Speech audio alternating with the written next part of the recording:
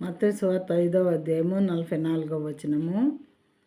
But I say to you, love your enemies and pray for those who persecute you. నేను మీతో చెప్పినదేమనగా, మీరు పరలోకమందున్న మీ తండ్రికి కుమారులై ఉండునట్లు మీ శత్రువులను ప్రేమించుడి, మిమ్మును హింసించు వారి కొరకు ప్రార్థన చేయుడి.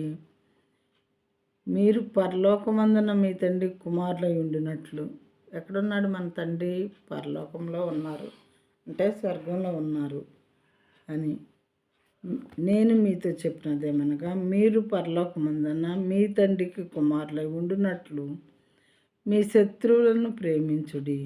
ఎనిమిస్ని కూడా ప్రేమించమంటున్నాడు దేవుడు. ఇది చాలా కష్టమైనటువంటి పని, మనందరికీ తెలుసు.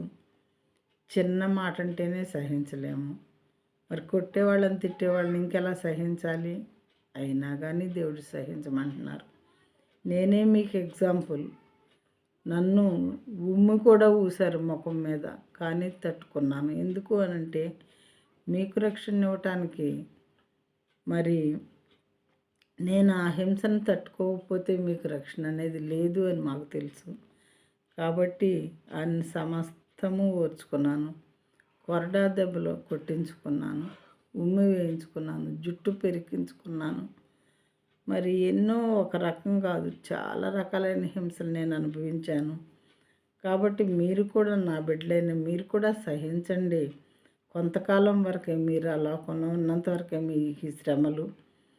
మీరు ఒకసారి ప్రాణం పోయిన తర్వాత, నా దగ్గరికి వచ్చిన తర్వాత నిత్య సుఖము, నిత్య సంతోషం మీకు ఉంటుంది. అప్పటి వరకు ఓర్చుకోండి, ఓపిక పట్టండి నాలాగి అని చెప్పి దేవుడు చెప్తున్నారు. ప్రియమైన వాళ్ళారా, మీరు పరలోకమందున మీ తండ్రికి కుమారులై ఉండునట్లు, అలా ఓర్చుకున్నప్పుడు దేవుని కుమారులయ్యే అర్హతను దేవుడు మనకి ఇస్తారు.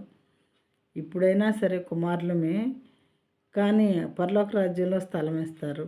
మీ శత్రువులను ప్రేమించుడి, మిమ్మల్ని హింసించే వారి కొరకు ప్రార్థన చేయుడి.